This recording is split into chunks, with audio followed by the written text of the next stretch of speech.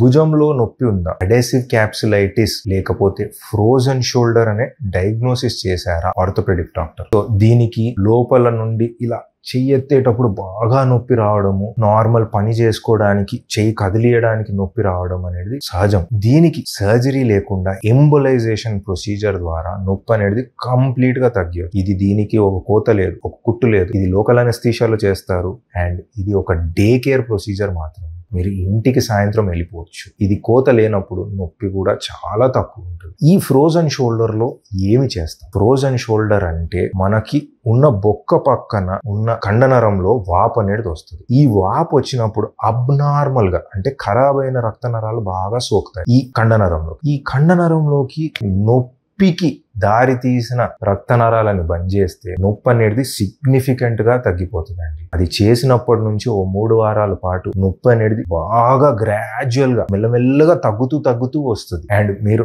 Normal గా చేయలేపడం, normal గా movement అనేది సిగ్నిఫికెంట్ గా ప్రొసీజర్ చేసిన 3 వీక్స్ పాటు ఇంక్రీజ్ అయిపోతూ నార్మల్ మూవ్మెంట్ వస్తుందండి. ఈ ఎంబోలైజేషన్ ప్రొసీజర్ గురించి ఇంకా తెలుసుకోవాలంటే ఈ కింది ఇచ్చిన నంబర్ కాల్ చేయండి. ప్రొసీజర్ గురించి ఇంకా డీటెయిల్స్ అనేది చెప్తాం.